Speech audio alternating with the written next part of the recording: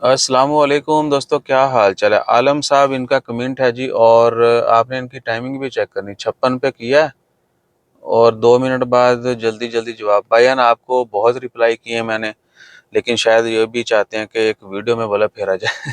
बहरहाल वीडियो बनाने का मकसद क्या है कि बहुत सारे बाकी लोगों को भी पता चल जाएगा। उनको मैंने बता दिया है कि आप लेबर मिनिस्ट्री की मैन पावर की वेबसाइट के ऊपर जाके अपना बताका पिन कोड से अगर पीके इनेबल सिम कार्ड है तो उसके ज़रिए चेक कर सकते हैं कि आपका एग्रीमेंट हुआ है कि नहीं हुआ। अगर हुआ है तो क्या हुआ है, वही है जो आपका और अरबाब का है, या अरबाब ने कुछ हैंकी पैंकी कर दी है। और इनका यह भी कहना है कि जी किसी का माल अगर एग्रीमेंट एग्रीमेंट ना दे तो वह इसे कैसे चेक करे। देखिए, एग्रीमेंट अगर ऑनलाइन होगा तो ही आप चेक कर सकते हैं, अगर नहीं होगा तो वहाँ पर लॉगिन करने के बाद खाली होगा, कोई डिटेल नहीं होगी। और चेक कैसे करते हैं, यूट्यूब की वीडियो डिस्क्रिप्शन और पहला कमेंट जो है, कमेंट मैंने पिन किया हुआ है, उस लिंक के ऊपर क्लिक करना है।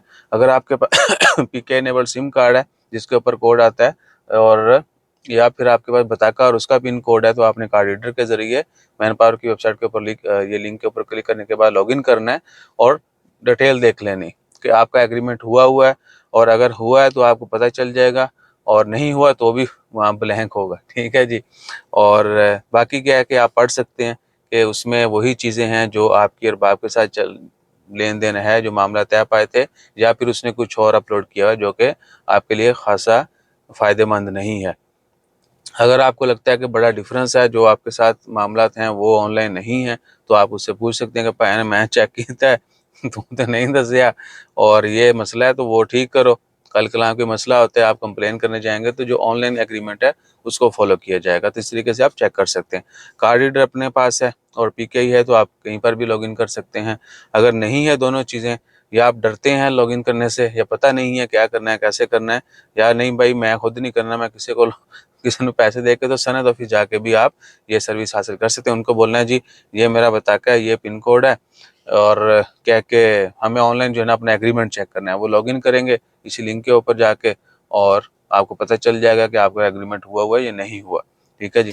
तो कोई इसमें वो यानी लंबी चौड़ी कोई साइंस नहीं है, गिदड़ सिंह नहीं है, rock there is no rocket science in it, there is no rocket science in it. तो कईयों समझ नहीं आने का देर ये बोलता है। तो ये सीन है। और पीके इनेबल सिम कार्ड के मतलब बता दें, आपका ये नंबर जो है, ये कहीं पर भी जो है ना, आप जिस भी कोई कंपनी का है, आप उनके ऑफिस जाएं, फ्रेंचाइज जाएं, और उनसे कहना है जी मुझे पीके ही चाहिए। वो बोलेंगे सेम नंबर चाहिए जो आपके नाम पर है या नया चाहिए, तो वो आपके ऊपर डिपेंड करता है। उसकी आपने 2 रियाल फीस देनी है, और उसके बाद जो है इन्वेस्ट इजी पोर्टल जो है उसका भी नीचे लिंक डाल दिया मैंने। वहाँ पर जाके आप अपना पीके सिम जो है वो अनेबल भी कर सकते हैं। ये नहीं कि लिया सिम और ये अनेबल हो जाएगा, नहीं, उसको एक्टिवेट करना पड़ता है। ठीक है ना।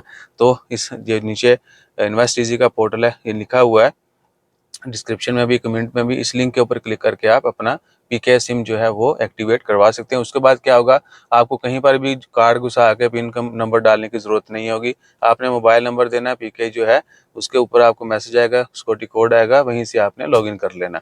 आरओपी के ऊपर भी कर, जितनी भी ऑनलाइन सर्विसेज हैं पीके के जरिए आप उसके जरिए, और पीके इनेबल सिम कार्ड के जरिए उन साइट्स के ऊपर भी लॉगिन कर सकते हैं, और बताके के जरिए भी कर सकते हैं। ये दोनों ऑप्शन होती हैं।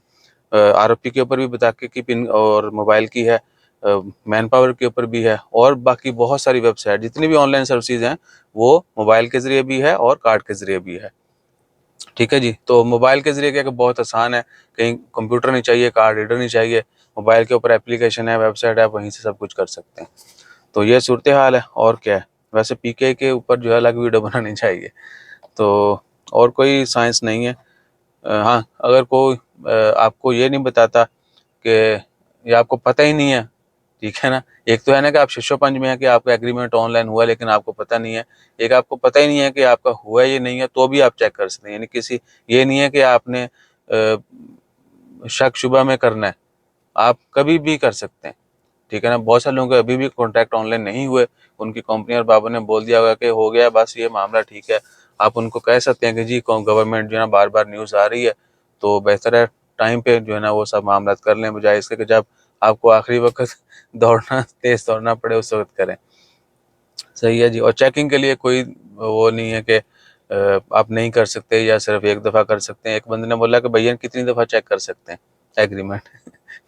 उनको शायद उनके जहाँ पर वो काम करते होंगे, रहते होंगे, उन्होंने डरा दिया कि जी सिर्फ एक दफ़ा ही होना है, तो दोबारा नहीं होना, ठीक है। वो डरते हैं लॉगिन करने से। खैर बाद में उनको समझाने के बाद वो समझ गए थे। उनको हमने अपने लॉगिन करके दिखाया बार-बार, ये देखो एक ही बार में कितनी दफ़ा लॉगिन करें। कोई आपको पकड़ने नहीं पकड़ेगा कि आपने इतनी दफ़ा कॉन्टैक्ट क्यों देखा या लॉगिन क्यों किया, सही है ना?